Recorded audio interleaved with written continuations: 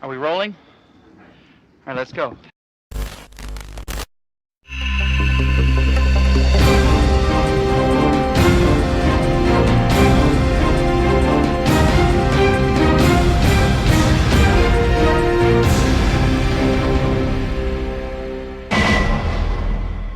Distant Memories 96.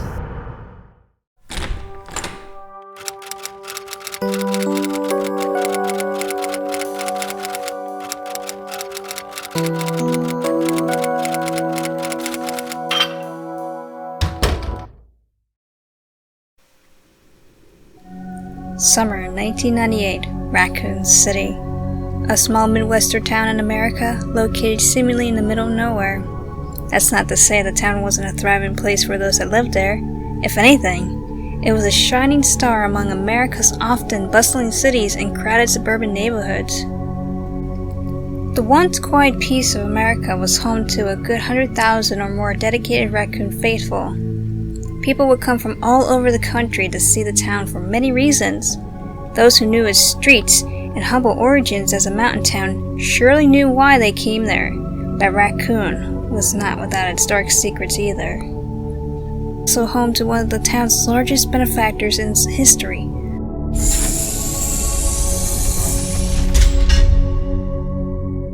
The Umbrella Corporation. The Umbrella Corporation practically built Raccoon City, making it what it was, and single-handedly put the small town on a map in a big way. Umbrella did this by providing ample food, jobs, medicinal products, and other resources to the general public. The money, originating from their seemingly limitless deep pockets due to the company's mysterious wealthy background in business and pharma drugs, and breakthroughs in modern medicine among its staff. It seemed too good to be true, but the people did not seem to care.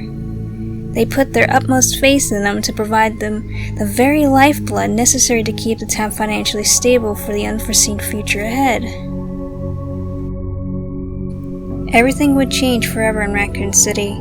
The quaint town's years of tranquility among the populace would be violently interrupted by a series of bizarre incidents starting around late June into July of 1998 and beyond.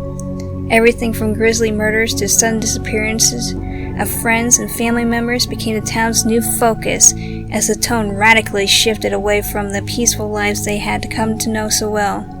Day by day, each one of these atrocities made the front page news on the daily black and white, in addition to the reports being broadcast from their local TV news stations. Something was wrong.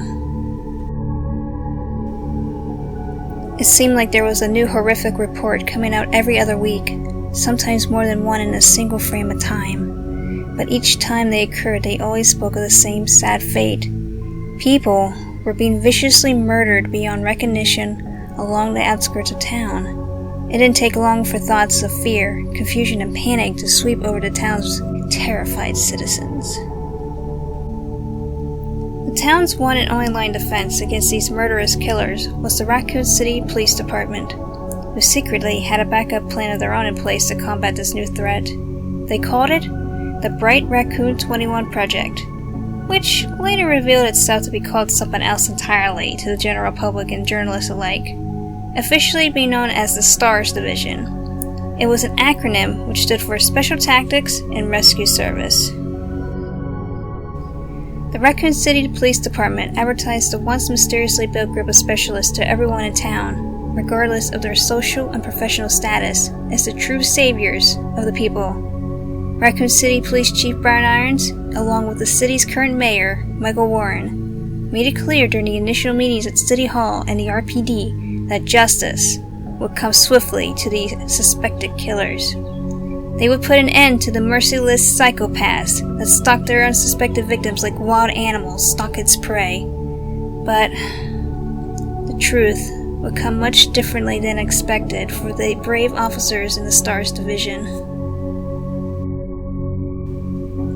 The S.T.A.R.S Alpha and Bravo teams, the two teams that were handpicked to be the best of the best, would come face to face firsthand with something they never thought, and their wildest nightmares would be at the heart of it all. A wicked truth that seemed impossible, unspeakable, and altogether unfathomable when the truth revealed itself in ways that would haunt them forever. They discovered a truly sinister plot caused by a biological weapon, a deadly virus called the T-virus, turning people into hellish undead monsters and other unspeakable abominations. All of it created, manufactured, and unleashed by the same company that had given so much to the people of Raccoon City, the Umbrella Corporation. After the surviving members of S.T.A.R.S returned to Raccoon City, they came to find that not all was as it seemed and was more dangerous than ever before. The sins of humanity began to infect and rot the city to its core, as evil, corruption, deception, despair, and disease slowly spread like wildfire throughout the city. The remaining S.T.A.R.S officers would do their best to bring back what they found into the light, but tried as they did, it all fell on deaf ears and blind eyes. This was because, out of all of the madness going on, something else had begun to crawl out of the dark. The seemingly same virus they encountered at the mansion would show its ugly face once again and inevitably find its way into town. This was a recollection of memories from the events that transpired after what was known as the Spencer Mansion incident that one dark summer in 1998. Officer Rebecca Chambers was one of the few survivors of that horrific case. She was more specifically the only surviving member of her group, the S.T.A.R.S Bravo team, after the others were one by one tragically cut down along the way throughout her mission, some of them suffering a fate worse than death itself. She thought the nightmare was over, but in the short amount of time she remained in Raccoon City, she would come to find that it only had just begun. This is her untold story.